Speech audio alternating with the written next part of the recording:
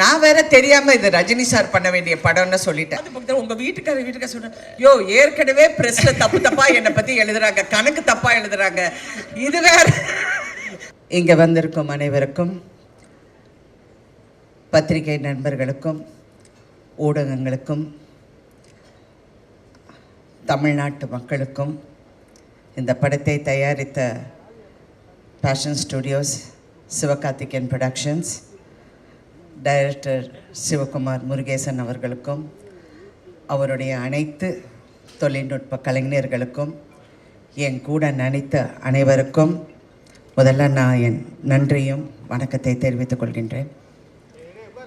இது ஒரு சக்ஸஸ் மீட்னா ப்ரெஸ்ஸோட ஒரு சக்ஸஸ் மீட். அண்ட் ஒரு உண்மையான சக்ஸஸை கொண்டாட பெருமையாக இந்த மேடையில் நிற்கிறேன். சினிமா ஒரு ஃபன்னி பிளேஸ். இப்படியும் இருக்கலாம், அப்படியும் இருக்கலாம், எப்படி வேணாலும் இருக்கலாம். ஆனால் அதோட வெற்றி தோல்வி, அதோட அந்த அந்த சின்ன சின்ன நெளிவு சுழிவுகள் இதெல்லாம் நான் ரொம்ப வருஷமாக நான் பார்த்து நிறைய கற்றுக்கிட்டேன். பட் ஒன்று நான் எப்போவுமே ஒரு விஷயம் மட்டும் நான் எனக்கு வச்சுருக்கிறது, I don't take any thing seriously. எதுவுமே சீரியஸாக எடுத்துக்க மாட்டேன். அப்படியா? சந்தோஷம். நான் இந்த படம் நடிக்கிறப்போ ஆஃப்கோர்ஸ் நான் நிறையா பேசியிருக்கேன், அந்த படத்தை பற்றி சொல்லியிருக்கேன். அப்புறம் இசை வெளியீட்டு விழாவில் நிறையா இவர் பிரசன்னா பற்றி பேசியிருக்கேன், விவேக் பற்றி பேசியிருக்கேன். எல்லாம் நடித்தவங்க எல்லோரும். எனக்கு வருத்தம் என்னென்னா, அந்த ஷூட்டிங்கில் ஒருத்தர்கிட்டையும் நான் ஜாஸ்தி பேசலை. ஏன்னா ஒன்று அந்த வெயிட்டு என் உடம்புல, இன்னொன்று என் கால் வலி தாங்க முடியல.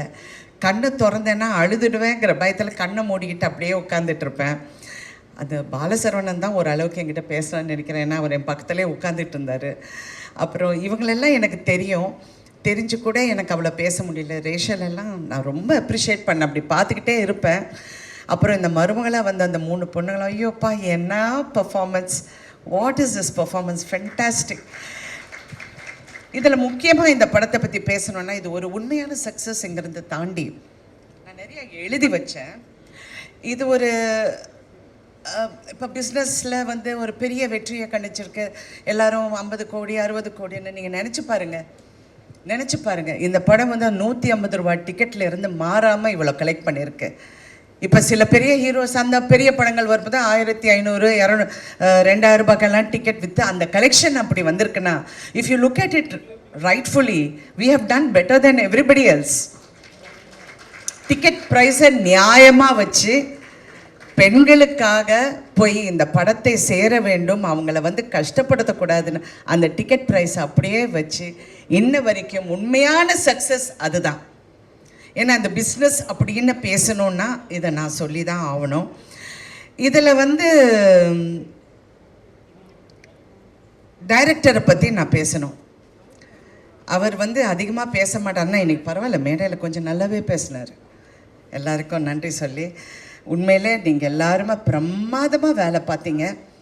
அண்ட் எஸ்பெஷலி ப்ரொடக்ஷன் சைடில் ஒரு கலையாக இருக்கட்டும், ராகுலாக இருக்கட்டும், கார்த்திகா இருக்கட்டும், யாராக இருக்கட்டும், தி ரியலி ஒர்க் ஸோ வெல். ஆனால் முக்கியமாக இதில் சிவகார்த்திகேயனை நான் என்ன சொல்கிறேன்னா, என்ன கேட்டாலும் அவருக்கு தெரியும், அப்டேட்லேயே இருக்கார். ப்ரொடியூசர்னால் இப்படி இருக்கணும். என்னென்னா, நான் ஒரு ப்ரொடியூசர்னால I can understand and I appreciated that quality in you. He was updated about everything. என்கிட்ட சொல்லாரு, நீங்கள் அந்த சீனில் நடந்து வரீங்க பாருங்க. எனக்கு என்ன நடந்து வர பற்றியே பேசுகிறாரு, என்ன இது நடந்து வருதுன்னு நான் நினச்சிக்கிட்டு இருந்தேன். படம் தியேட்டரில் பார்க்கும்போது தான் எனக்கு தெரிஞ்சது. ஆனால் இதில் ஒரு பெரிய உண்மை மதிப்புக்குரிய கமல்ஹாசன் அவர்கள் சொன்னார், ராதிகா இந்த படம் ஜெயிக்கணும். இது ஏன் ஜெயிக்கணும் அப்படிங்கிறதுக்கு அவர் ஒரு காரணம் சொன்னார். இந்த படம் இந்த படம் ஓடலைன்னா எல்லாரும் ராதிகாவை பற்றி பேசுவாங்க. நீ நல்லா நடிச்சிருக்க, பிரமாதமாக நடிச்சிருக்கேங்கிறது நான் படம் வரதுக்கு முன்னாடியே நானே சொல்லிட்டேன். ஆனால் இந்த படம் ஜெயிச்சா சிவகுமார் முருகேசன் ஜெயிக்கணும், அவர் கூட இருக்கிற அத்தனை பேரும் ஜெயிக்கணும். மியூசிக்கில் இருந்து, கேமராவில் இருந்து அதுவும் அதில் நடித்த ஒவ்வொரு கதாபாத்திரமும் ஜெயிக்கணும், அதுக்காக இந்த படம் ஓடணும்னு சொன்னார். சிவா உங்ககிட்டயும் அது சொன்னாரா? சொன்னார். I really thought it is true.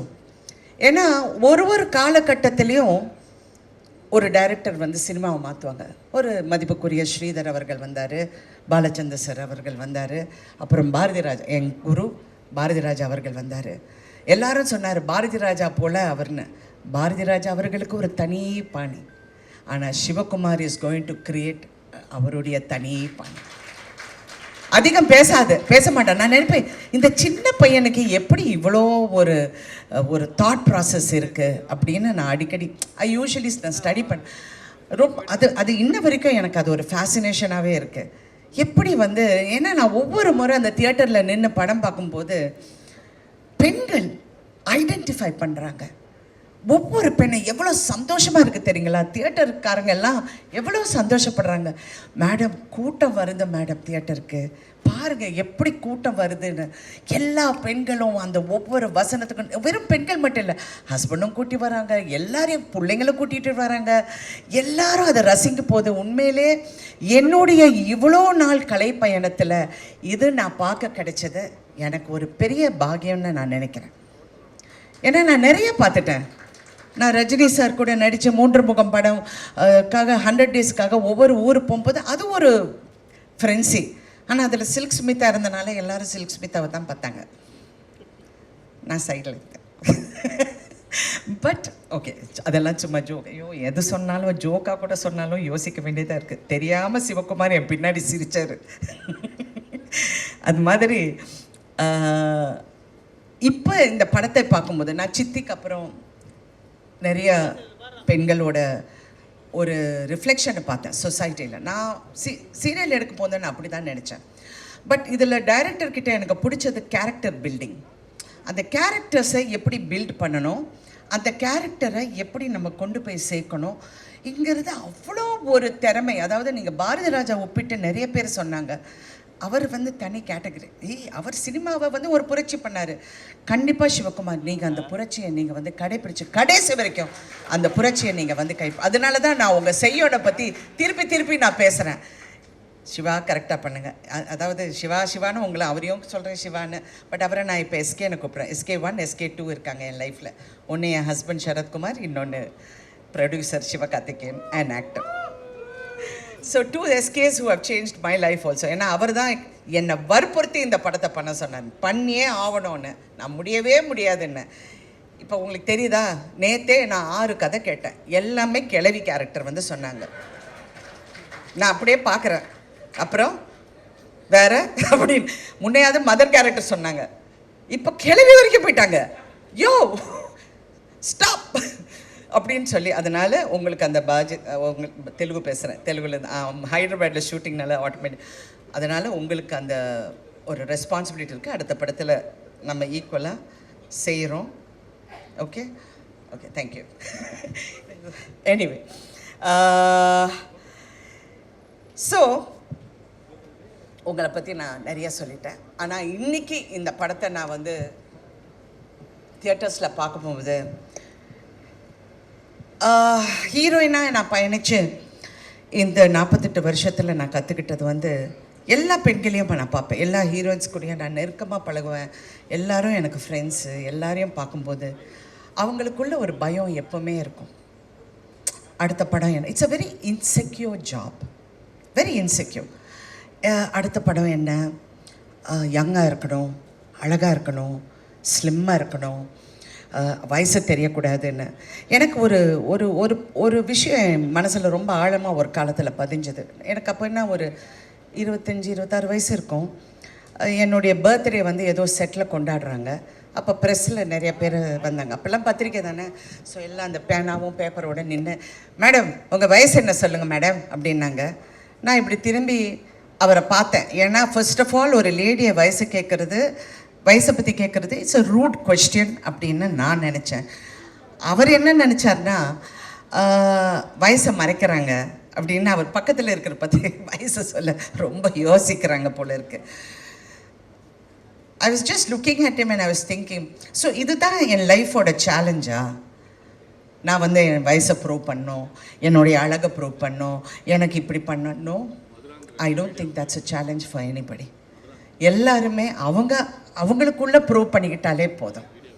அது if you're a big success, moderate success, எதுவாக இருந்தாலும் success is success and nothing is as sweet as success, and that is Thai Kelavi today. Such a wonderful success, a true success, womenக்கு success, empowermentக்கு success. I really feel ரொம்ப ப்ரௌடாக இருக்குது. இந்த மாதிரி ஒரு படத்தில் நடித்து எல்லா பெண்கள் வந்து பாராட்ட போகும்போது ஒன்று நான் இது வரைக்கும் யாராவது என்னை பாராட்டினா தேங்க்யூ சொல்ல அச்சா சிவகுமார் தாங்க, அவர் தாங்க ஹீரோ, அவர் தான் எல்லாம். Because that success belongs to you. சின்ன பையன் நீ, இன்னொரு சின்ன பையன் சிவகார்த்திகன், அதுவும் சுதனை சின்ன பையன் சொல்ல முடியாது, இருந்தாலும் ஒரு ஆண்மகன், பேஷன் ஸ்டுடியோஸோட சுதன் அவர்கள். எல்லாருமே நீங்கள் பெருமைப்படலாம். நிறைய பேரோட கேரியரை நீங்கள் பெரிய அளவுக்கு லான்ச் பண்ணிருக்கீங்க. இந்த மருமகளாக நடித்த ஒவ்வொரு பொண்ணுங்களும் என்னால் மறக்கவே முடியாது. அதே மாதிரி பாலசரவணன் என்ன நடித்தார், அதுவும் இவங்க இருக்காங்களே பாருங்க, இந்த நம்ம பிசிஸு, அப்புறம் அந்த கருப்பன், அந்த சாமியார் என்ன கங்களா ரெடிகளரா, அவர் சாம், எல்லாருமே இதான் இவர், எல்லாருமே எல்லாருடைய கேரியரையும் நீங்கள் நினச்சி பாருங்கள். This is another phase in films. Cinema இண்டஸ்ட்ரியே கன்ஃபியூஸ் ஆகிருக்கு. என்னடா இந்த படம் ஓடுது, எல்லா ப்ரொடியூசர்ஸும் தியேட்டருக்கு ஃபோன் பண்ணி கலெக்ஷன் என்னங்க, என்ன நிஜமாவே இந்த அமௌண்ட்டா, நிஜமாவே இப்படி நடக்குதா, ஏங்க அவங்க பறக்கலைங்க. நான் வேற தெரியாமல் இது ரஜினி சார் பண்ண வேண்டிய படம்னு சொல்லிட்டேன். நான் சொன்னது கேரக்டர் வாய்ஸ், அது அவருக்காக நிறைய ட்வீட் பண்ணியிருக்கலாம். யாருமே பறக்கலையே, ரஷ்யாவிலேருந்து நான் டான்சஸ் கொண்டு வரலையே, என்ன இது இந்த படம் ஓடுதுன்னு இட் ஹஸ் கில். ஸோ உண்மை என்னென்றால் கண்டென்ட் இஸ் கிங். அதை பேக்கேஜ் பண்ணுறதும் இன்னொரு கிங், சிவகார்த்திக் கிங். ஐயோ ஏதாவது என்ன சர்ச்சை செஞ்சிருவாங்க, வேண்டாம் எல்லாரும் பயந்து பேச வேண்டியதாக இருக்கு.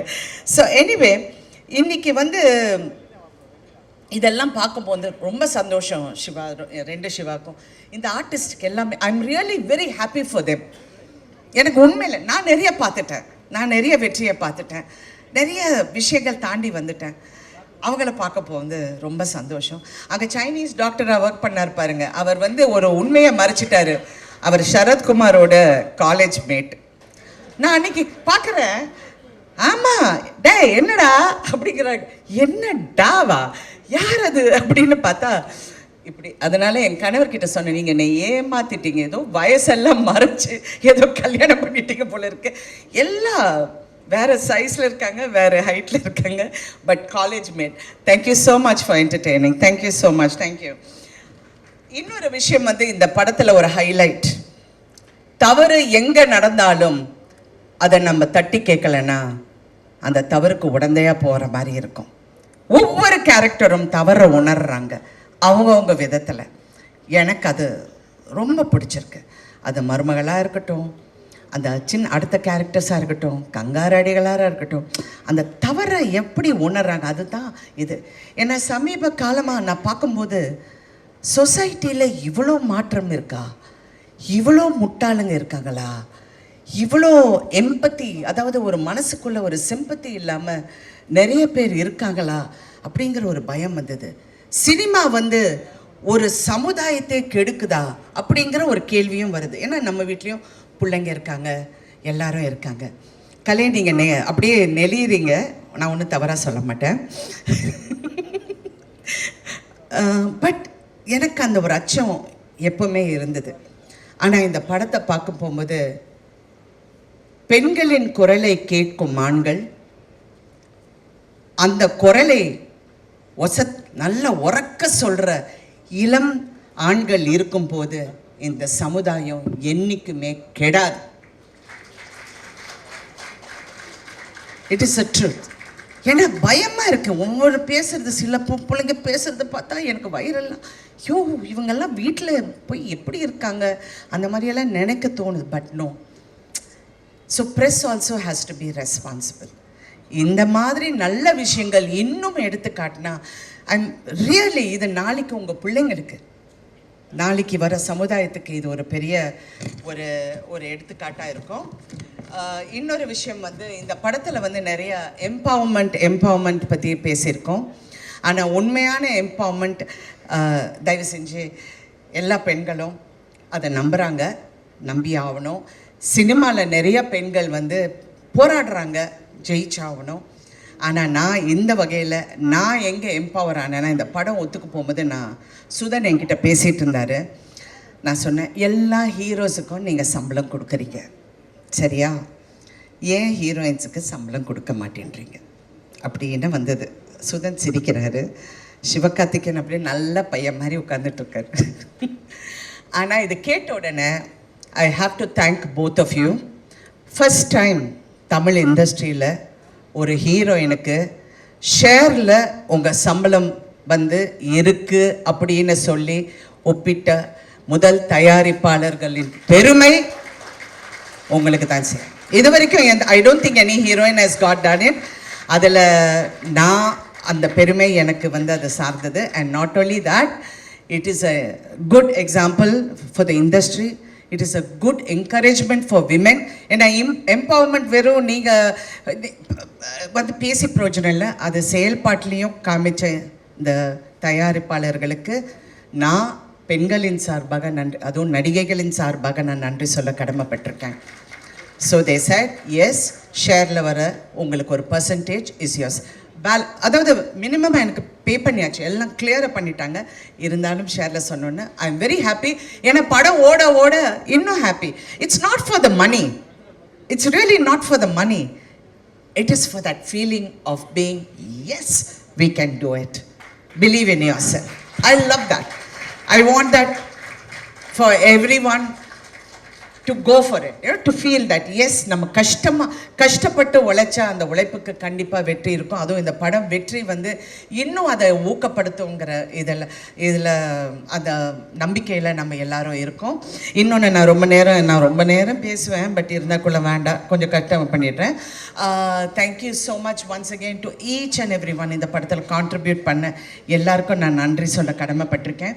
And also I wanted especially to Vivek, I want to tell him thank you so much Vivek. I know how hard நீங்க work பண்ணீங்க, நீங்க எல்லாரும் work பண்ணீங்க, அவருடைய assistants எல்லாருக்கும். அப்புறம் இந்த படத்தில் நடித்த எல்லா பெண்களும் இங்கே வாங்க மருமகள் எல்லாரும் வாங்க. ஏன்னா this is about women empowerment. I want them to come. வாமா, நீயும் வாமா, நீங்கள் 2 பேரும் வாங்க ப்ளீஸ். எல்லாரும் ஸ்டேஜ்க்கு வாங்க ப்ளீஸ். ஆள் எல்லாம் இல்லாதீங்க, வாங்க உட்காருங்க, வாங்க. இவங்க எல்லாருக்கும் விமென் எம்பவர்மெண்ட் என்னங்கிறது காட்டி கொடுத்த உங்க அனைவருக்கும் நான் நன்றி. ஒரு பெரிய கைத்தட்டல் கொடுத்துடலாம். நீங்க சொன்னீங்க 2 குழந்தைங்க வச்சுக்கிட்டு என் பொண்டாட்டி வந்து எவ்வளோ கஷ்டப்பட்டாங்கன்னு. அந்த மாதிரி உணர்ற எல்லா ஆண்களுக்கும் வெற்றி நிச்சயம். மனைவியும் பிள்ளைங்களும் என்னைக்குமே நீங்க மறக்கக்கூடாது. இந்த மாதிரி பெண்கள் இருக்கிற வரைக்கும் சமுதாயம் கெட்டு போகாது என்கிற மறுபடியும் கூறி thank you so much once again. And நான் வந்து அடுத்தது என்னுடைய இளம் தயாரிப்பாளர் சிவகார்த்திகேயன் அவர்கள் பேச போறாரு. மேம் அடியே ஒரே நிமிஷம். நான் அந்த படத்தை வந்து ரொம்ப வாழ்த்திருக்கேன். OG is back.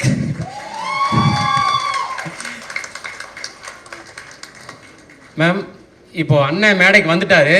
இப்போ இன்னொரு முக்கியமான நபர் உங்களை பார்க்க வந்திருக்காங்க, அதனால தான் நடுவில் இன்டரப்ட் பண்ணேன். அவரையும் கூப்பிட்டுடலாமா மேம்? அண்ணன் கூப்பிட்டுலாமா? ஸோ ஒரு சர்ப்ரைஸ் கெஸ்ட்டு. ஆமாம் மேம், உங்களுக்கு தான். அந்த நபர் ப்ளீஸ் ஸ்டேஜுக்கு வாங்க. ராதிகா மேம் சர்ப்ரைஸ் பண்ண போற அந்த நபர் யாரு? அண்டர்டேக்கர் மியூசிக்லாம் வருது. மேம் யாருன்னு தெரியுதா?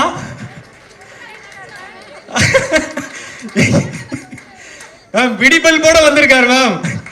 பவுனு தாயோட கணவர் மிஸ்டர் வேலுச்சாமி படத்துல போட்டோல மட்டுமே பயங்கரமா நடிச்சிட்டு. மேம் உங்களுக்கு யாருன்னு தெரியலையா நிஜமா? சார் அம்மா என் காது பக்கத்துல உங்க வீட்டுக்கார சொன்ன யோ ஏற்கனவே பிரஸ்ல தப்பா என்னை பத்தி எழுதுறாங்க, கணக்கு தப்பா எழுதுறாங்க, இது வேற இது யாரு இது? ஐயா ரொம்ப ரொம்ப நன்றி நீங்க வந்ததுக்கு. மேம் உண்மையாவே சர்ப்ரைஸ் ஆயிட்டாங்க. Thank you so much. வாங்க ஐயா. நன்றியா. என்னங்கய்யா ஐயா ஐயா மேமும் சார் இருக்காங்க, அண்ணனும்.